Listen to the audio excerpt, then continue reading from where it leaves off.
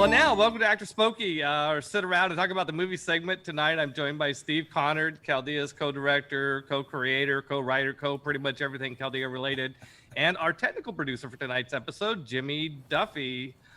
So, Jimmie, I want to put you on the spot. First of all, thank you for sitting in for Marcus Mays, who has been out on medical leave. You came in at the perfect time to support this project through an entire cycle. You came in when we did the RPG session 2 weeks ago, the actor studio session last week, and now the viewing party. So you got a perfect sort of snapshot. And I gotta ask you, what do you think of this crazy Actoroke thing we're up to? Production, well done. So I've said before, I spent a few years in production before I had to go back to the real world. And so I understand the turnaround times and all the stuff that's actually going on, not only in front of the camera, but behind the camera too. So y'all's turnaround, the casting, well done. That was fun to see that the birth of it from beginning to end, and what the final product was, because you don't know until you get to see all that. You get to see the pieces, but you don't know what the final puzzle looks like. Very nice. Thoroughly enjoyed that. That was funny. Very good. Well, I think one thing I love about this is that we get to do the filming. Steve knows I say this all the time. My favorite days are the days I get to work with actors. And in a lot of our Chaldea stuff, where we take the time and the money to produce really grand films with a lot of detail that are really high quality, it can take a year to plan the film, and then the filming only takes like 4 or 5 days, and then it can take a year of post-production to finish it, and then wait for the art that it goes in. What I love about this is we get a chance to film actors and then put it together and show it the very next week. I mean, that's just crazy for us. Usually you have a script before you do any of this, and so y'all get the game, and then there comes your, I won't say it's the script, but now you have those building blocks to take off on and formulate in a very quick turnaround time. I mean, let's get, so scripts are years in the making, and then the productions are years in the making too. So, and you've turned this around in 3 weeks, and you're talking about, we're in possibly Gamehole Con inside a week. So let's, Yeah. Yes, we're gonna try some even crazier stuff in the future. Yeah, it's so. Part of the challenge is that as an RPG, we don't know what the players will do. I mean, we control it to some extent, like all GMs do. We probably maybe take a heavier hand than I normally would be comfortable with, but for this type of production, you're trying to map out some scenes. But like the scene with Sally, we had no idea what the players were going to do. We didn't know if the players were going to throw down with Sally or not. If they did fight her, would they win? Would they lose? So we had to map out what the next scenes would be and who to cast conditionally based on that. I don't know. Steve, you want to weigh in with something? Well, it's like choose your own adventure, right? It's like, oh, well, they go to page 13 or go to page 26. I'm not sure. You talk about quick turnaround. I mean, what's even crazier is that if we actually have a production calendar on our website that shows you everything, like for all 6 episodes. We don't even know what the story will be at that point. And, right. And we've already committed to have a film done on, it's like, yeah, this is insane. It's funny. Peter calls my week writing like a hell week. And then the next week on the editing is his hell week. Yeah. So well done, gentlemen. Well done. And that was very enjoyable. Yes. For a neophyte like myself, seeing that for the first time. So, well, it's fun to, having you on and find out what you thought. It was a perfect thing. So, well, do we have our guests lined up? We have our 2 guests. Let's go to a quick break scene. Let me pull them in so we don't show all the magic behind the curtain here. And we're going to leave the sound up, but we're going to 1 second here. Let me make sure I push the right buttons. Armando the Barbarian. Yeah, you're 2-time. You're being a performer and a technician at the same time. Yes. So for any of you there watching us, we are bringing in Gabriel Mondo Vega. Gabriel is a role player. He's also an actor, by the way, but for us, in this session, he is role playing the character of Armando. And so he's creating the fundamental character of Armando and how it rolls out. Videos on. And on that magic. We're also bringing in Rennie Araucto, who is an actor who is performing the role of Armando. And here we are. Are we all live now? 1 second. I'm getting everybody in the right spot here on the overlay. All right. And so, yeah, so we'll be with you guys. I think you guys can hear me out there in Twitch land. We'll be with you in a minute. We're doing a little technical rearrangement here. Here we go. Everybody lined up. All right. We're a little, I believe I have everybody in the right spot. All right. Right. Good deal. Well, hello, Rennie and Hey. Gabriel. Welcome. Nice to Hey meet guys. you. Hi, Peter. Hey, Steve. Oh, so I gotta Wow. ask you, Gabriel. So you played the character Armando. It was a big session for Armando. We made up for some the prior session for anybody who's watching curious. Poor Armando didn't get a chance to do much. At least it was Gabe doing Armando in a prior session because he had some internet tech problems, and so he got split up. That was, the typical classical thing when a player doesn't show up for a session, you split him off from the party, and then the next session, well, what happened to Armando? And so how do you feel about how that all turned out for Armando this last session, Gabriel? Wow.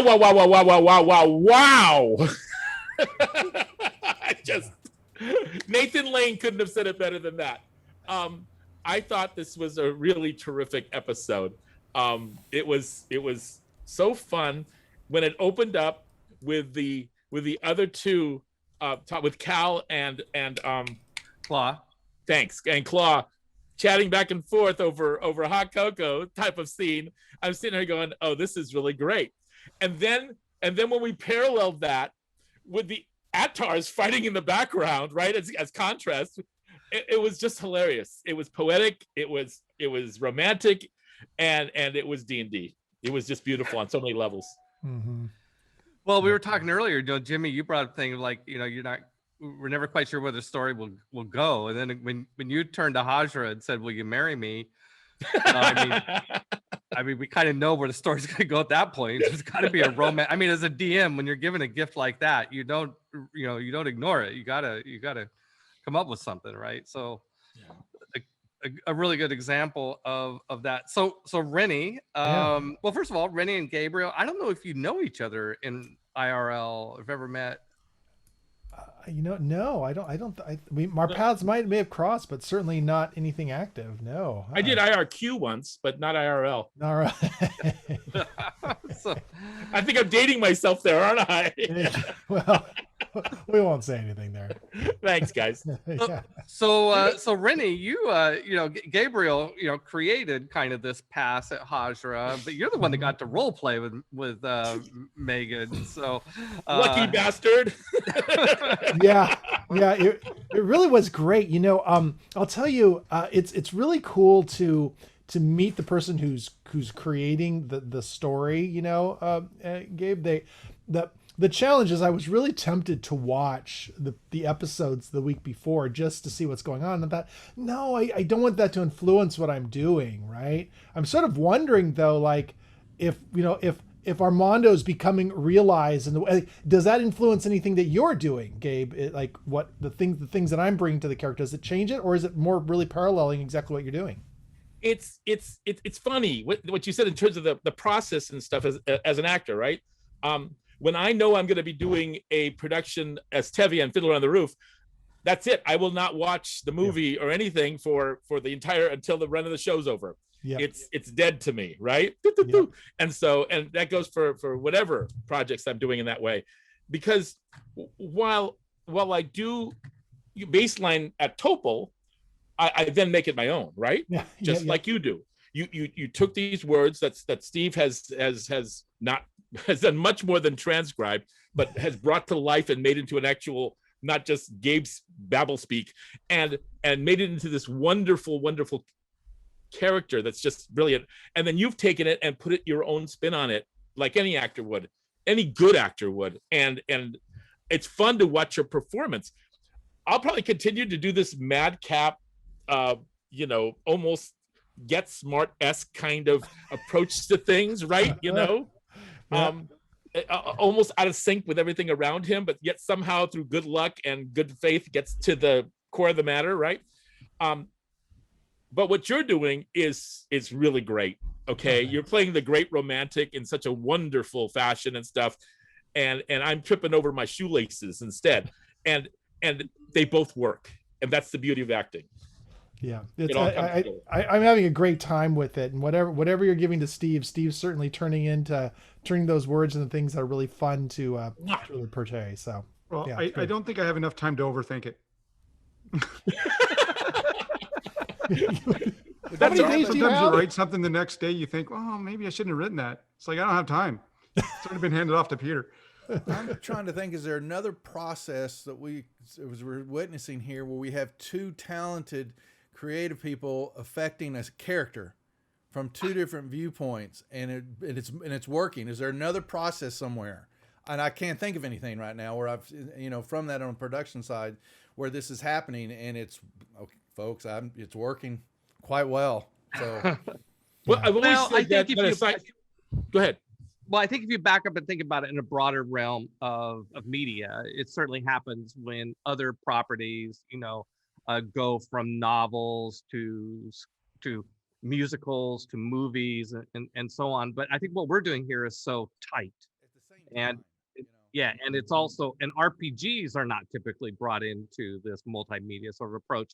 And so I've been fascinated actually for at least 10 years with the idea of taking RPGs and taking the stories that come out of RPGs and trying to do that in media. The very first film we did here, Steve and I, was the film called Devil Walks in Salem, which was a screenplay adaptation of a Fiasco session that we filmed when I was in film school. And then I've done crazy weird shit, which I want to get into at Burning Man,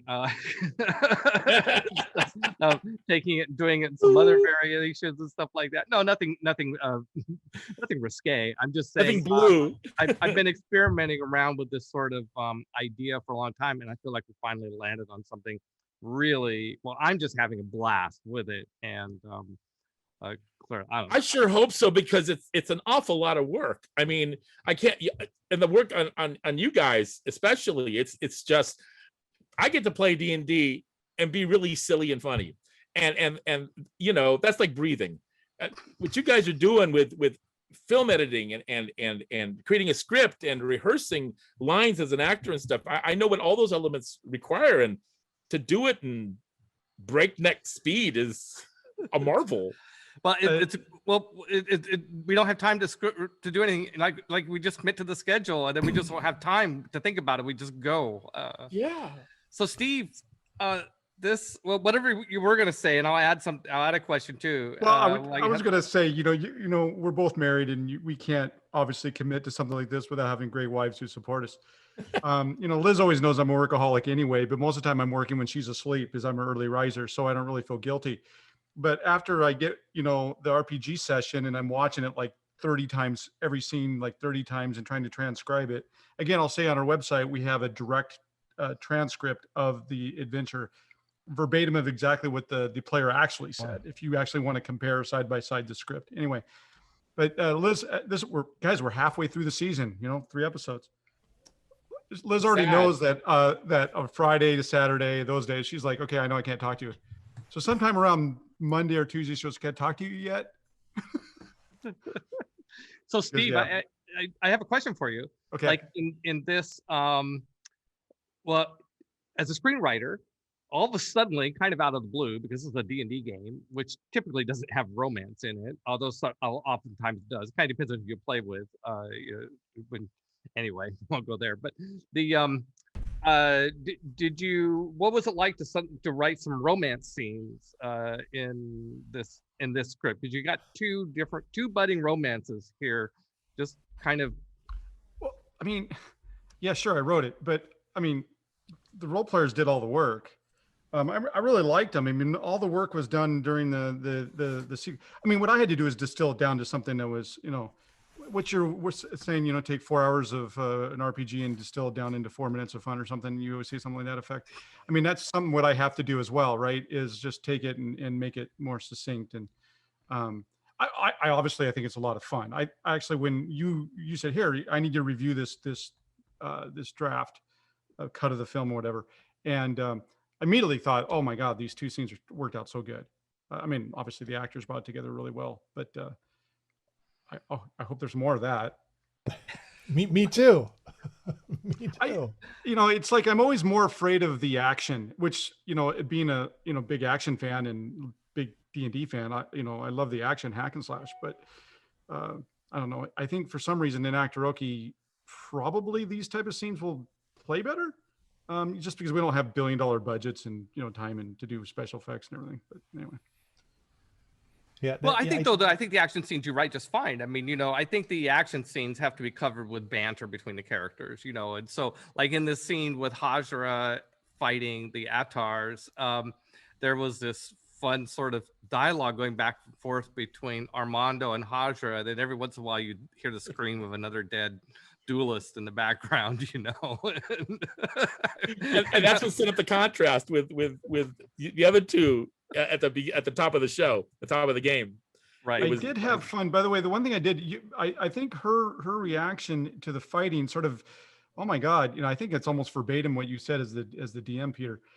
And then at one point she says, oh, well, I don't really, when the guy called her out, it's like, oh, you have no honor. You didn't, you watch your party get butchered. And she was like, yeah, well, it's not my position to get involved in the fighting. And the one thing I thought after seeing the massacre of the demon, I'm like, well, I added a little bit where like, of which you should be thankful. Thankful.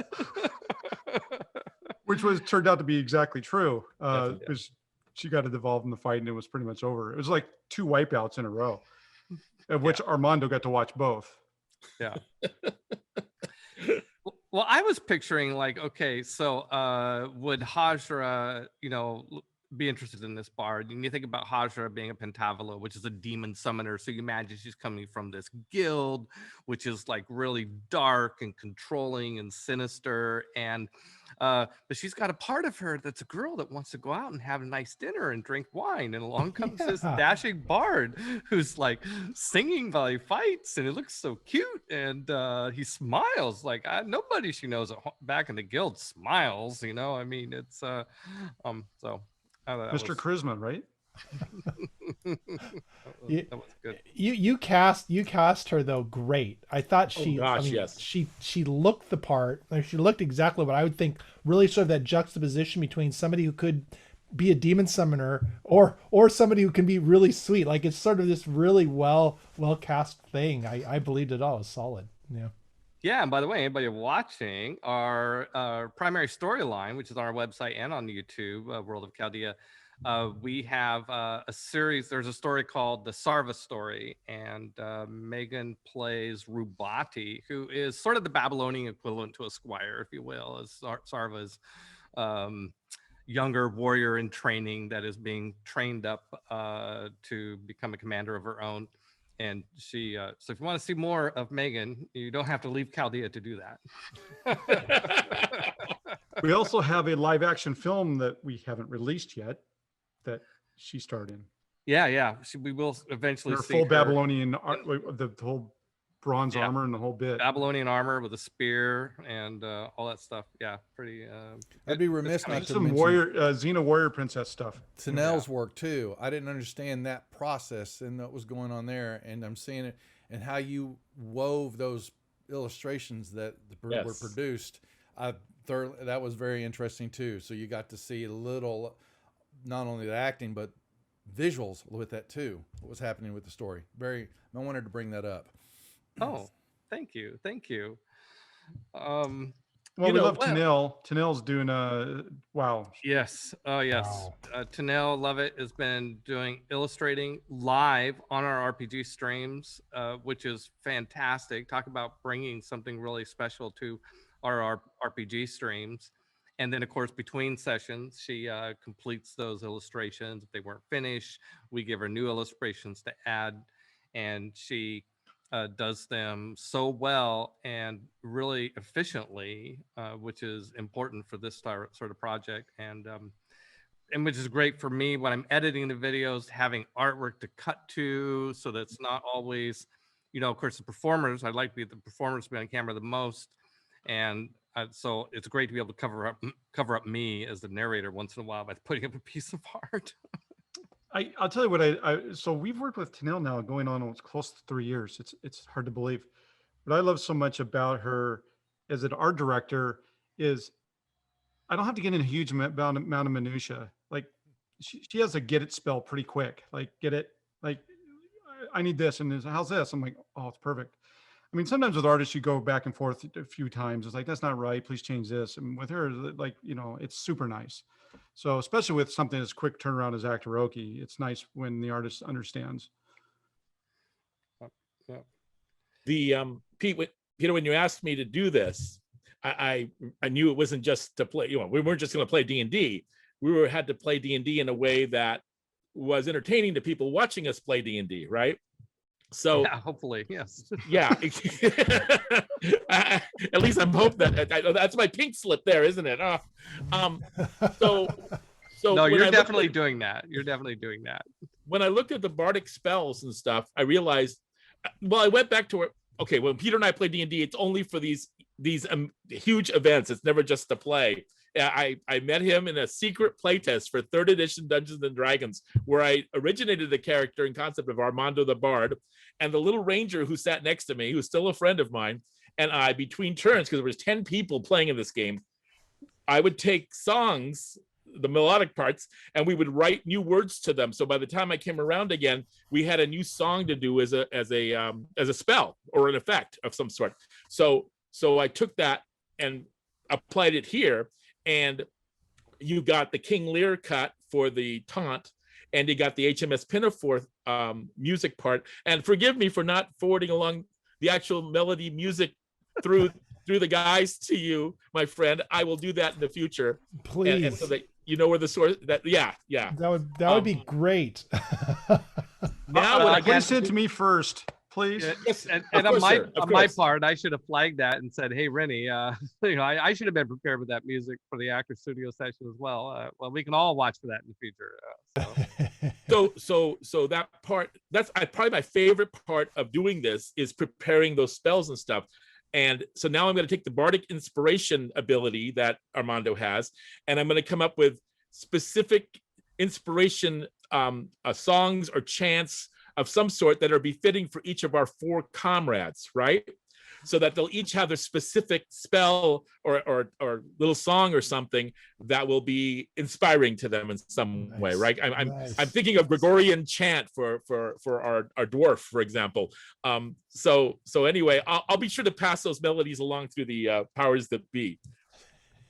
Well, and I think it's really great. So hey, what are your thoughts about some of the other player characters? I guess this question's kind of for Gabriel in terms of the player characters, and for Rennie in terms of the actors. We have a cast now, core cast of 5 PCs, 5 actors coming together.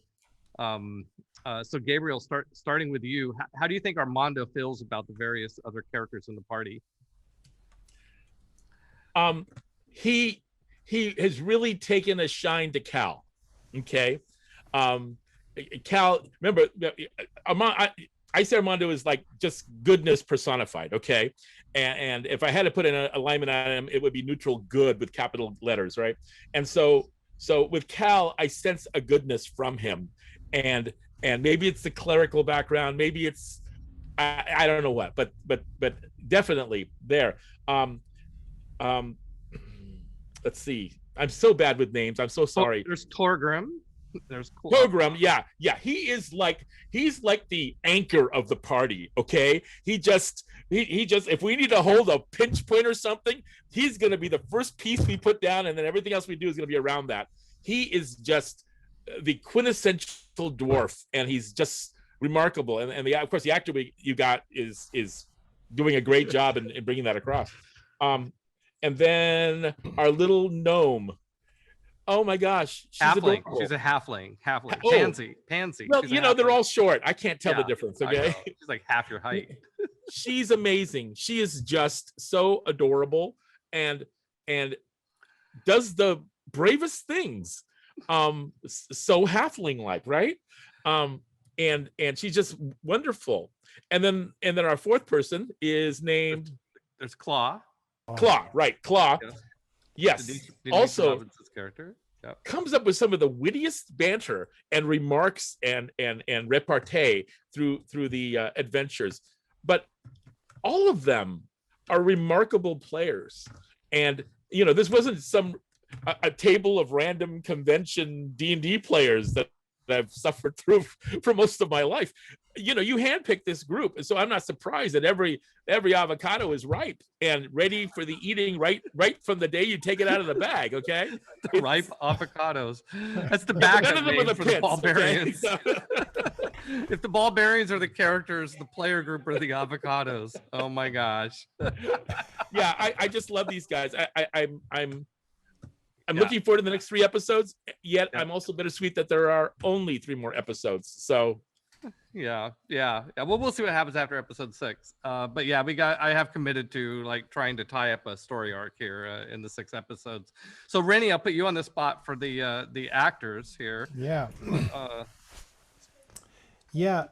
I'll tell you, it's a slightly different experience for those of us who are acting and playing with these characters because of the process of how we're doing it. We're not recording linearly. A lot of times we're not even interacting with a lot of the other actors in this particular case. So we don't have the rehearsal period and anything. So being able to connect, there's these little moments that if I do not watch an episode, I don't see what's going on. So the times that I've had, to be frank, like this last time was brilliant for me as an actor because I got to work with Hajra and there was just a thing. Like I was able to connect and it really worked. Like I really loved those moments. And I know of the other actors, I know 2 of them. I know Layla because we've worked together on set, and of course, Sarah playing Pansy is an old friend of mine. So it's lovely to be able to have a chance on set to be able to play with these words that we're given and use that. I really enjoy the times when we can actually play with all of them because they all give me something, and for those of you who are actors, it's good to be able to have somebody who can deliver to you and we can play off this. Well, Steve and I are playing. We have decided that next week, the week after that, 2 weeks from now, we would do. So next week we'll be doing the RPG session for episode 4. Anybody watching? So that's what we'll be doing with next. So that Gabriel will be on camera with us, playing Armando. That's where we'll be creating the story for episode 4. And 2 weeks from tonight, we'll have the actors studio session where the actors come in and. What we'd like to do, I haven't approached all the actors yet about this. In fact, I'm just mentioning it here for the first time outside of just private conversations with Steve. I think what I want to do is get all the 5 all the 5 actors together, acting together. It means a bigger session in terms of how many actors are on screen at once. Yeah. But I think getting that, and it also requires the actors be available for longer during that period on Thursday night. But I'm paying for the 4 hours, so hey, what the heck, you mean in person, getting together in person for that? No, still on Zoom, but on Zoom. like having you all, like I've been doing smaller groups. Like we designed our overlays to only have up to 3 actors at once, and if there's an NPC, then that kicks out an actor. So what I really want to do is Steve and I are strategizing about how to pull this off, but I want to get some scenes where the 5 actors who are playing the 5 player characters are all in a scene acting together at the same time. Yeah, it's all on Zoom and we're trying to make this work best we can, but that's what we're heading towards. We got to get everybody to not go shopping by themselves. That's probably priority 1, like in the first chapter. And then the second one, we got to make sure Armando doesn't go riding off into the sunset, split the party up. Got to get them back together. Yeah. Well, we're headed back to town now, aren't we? Oh, back yes, you are. Yeah, you're heading back. You are heading back to. For you, the hunt is over. Oh, Skahak. The first scene will be back in the hunting lodge, and for a little bit of interrogation. You know how police procedurals work. There's like the field CSI moment, but then you got to bring everybody back to the station and really give them a good grilling. And they happen to have a psionicist there, so it's going to be fun. Good cop, Oh, I bad could cop. use my powers on him. That's great. It worked. Rennie, It you really nailed worked. it, Rennie. You nailed it. It really worked. That was so good. Made up powers are the best powers. Because the bad guys don't know if they're made up or not, right? That's right. That's right. So, so we've been talking about the other players and the actors. We talked a little bit about Megan. I just want to also say, wow, what a great job Ann Carlton did as Sally in this Yeah. episode. Oh, wow. Yeah. Jesus. Like, she sent me an email and said, so what do goblins look like in Chaldea? And so I sent her reference art because, of course, we've got like scores of art and stuff like that. And she just replicated the art that I sent her. Green skin, crazy white hair, and I think she had a dish towel for the orange safety flag. It was But Rennie, Just wiping a tear from her eye with it. yeah, What you don't know, with Rennie, her safety flag. what you don't know, Rennie, is that when Peter played the part of Sally in the game, he had on this hideous mask that he wore the entire time. It threw me at first. It's like, who is this? I'm going, oh my gosh. I did the best I could coming up with a mask that's around. No, not hideous in quality. It was just a hideous mask. And it was like, bam, no warning. Warn a guy. Hideous mask coming, trigger or something, you know? Well, and it was also a real pleasure this episode to work with Adrienne Swartout. You know, Steve Conard and Adrienne Swartout are my two BFFs. You know, why not have two, right? And Adrienne moved. We worked together at Gen Con for many, many years. We worked at Wizards of the Coast together before that. We've done crazy things together, and she moved to Portugal a couple of years ago. We haven't seen her throughout the whole COVID, and so now she's back. She's staying with us, just visiting to get her vaccination here because it's easier here than in Portugal. Of course. And so it's like, while you're here, Adrienne, I'll put you to work, do an episode. So, and she is a tall, fierce, strong woman in real life. So it was a short commute to play Skahak in this episode. It worked. So is she not working at Gen Con any longer? No. She retired. She is. Oh, I'm sorry. I say that she will say this herself. She is what she now calls herself, a woman of leisure. Yeah, I should get there in about 30 years. Yeah, so Anne did a great job. Adrienne, we also had Lowell Dio play Rashidi. Lowell plays a character in our primary storyline named Combos in the Zane story, and so it was really great to have him back.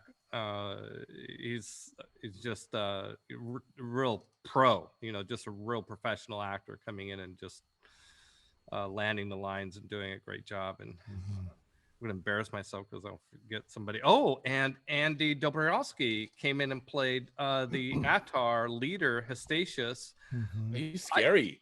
I thought he owned that role. Yeah, I mean, Yeah. like, Yeah, he did. did he look? I mean, the Attars basically are Chaldeas, kind of similar to a flying centaur, although personality is very different. But you just looked at him and think flying centaur, and and then he just, and right off the bat, very strong delivery on all his lines. And I remember I didn't know Andy when we started working on Chaldea, and I really didn't get to know him very easily. He came to a couple auditions, and we cast him for some voiceover for season 2, and really enjoyed working with him on those. And so we got to have this guy back and work with him some more. So that's Yeah, we had to apologize that we killed off his character in the first episode. I don't apologize for that. You know, I used to think like the player characters, you have to apologize when you kill off their characters, but actors, they love it, you know, like, oh, they get to a dramatic death scene and all that stuff, you know. Death by tar and feather. That was my favorite death on stage ever. It was death by tar and feather. Ouch. Yeah. All right. Well, I want to thank you guys for joining us tonight. This has been really, really, really, really, really, really, really fun. You know, they say, you know, a lot of times they'll interview actors and, you know, they're doing like the second or third sequel and they're like, oh, this is the best film yet. And you always roll your eyes and go, okay, yeah, they're PRing. But this episode really was, I believe, the best episode. I mean, we're all getting better at what we're doing. The actors are finally understanding what they're doing. Because the first time they all rolled in, they're like, what am I doing? They had no clue, right? I didn't really explain it very well to them because you just like, I don't know. I found, it's too weird to explain. And then like, you try to explain it. It's like, oh, I can't explain this right. So Just do it. Show up. Show up and we'll film you.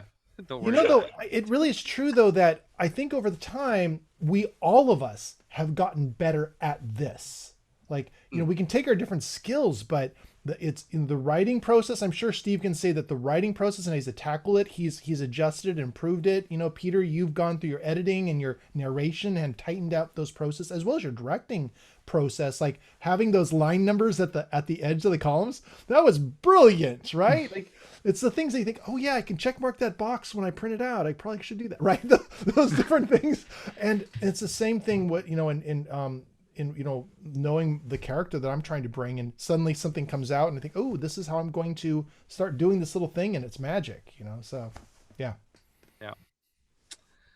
All right. Well, that concludes episode 3 of the Sumerian Hunt, an Actoroke series set in the world of Chaldea. Please remember that we are streaming every Thursday evening at 6 p.m. Pacific time on twitch.tv/GildingLight. You can find all of our episodes on youtube.com/World of Chaldea or Gilding Light. Our website is worldofchaldea.com, and our socials are at World of Chaldea. So please come back next week, next Thursday evening, 6 p.m., and join us for episode 4, where we kill off Armando. Certainly subject the barbarians to further interrogation about the disappearance of their hunt referee, Rashidi. And don't forget the dragon, Rahat, sent Razin to Graver's Dig to follow up on the hero's activities. And what did Skahak mean when she said the demigoddess Brixwina went batshit crazy on the dwarven princess? Well, come watch and find out. I'm busy next week. Sorry.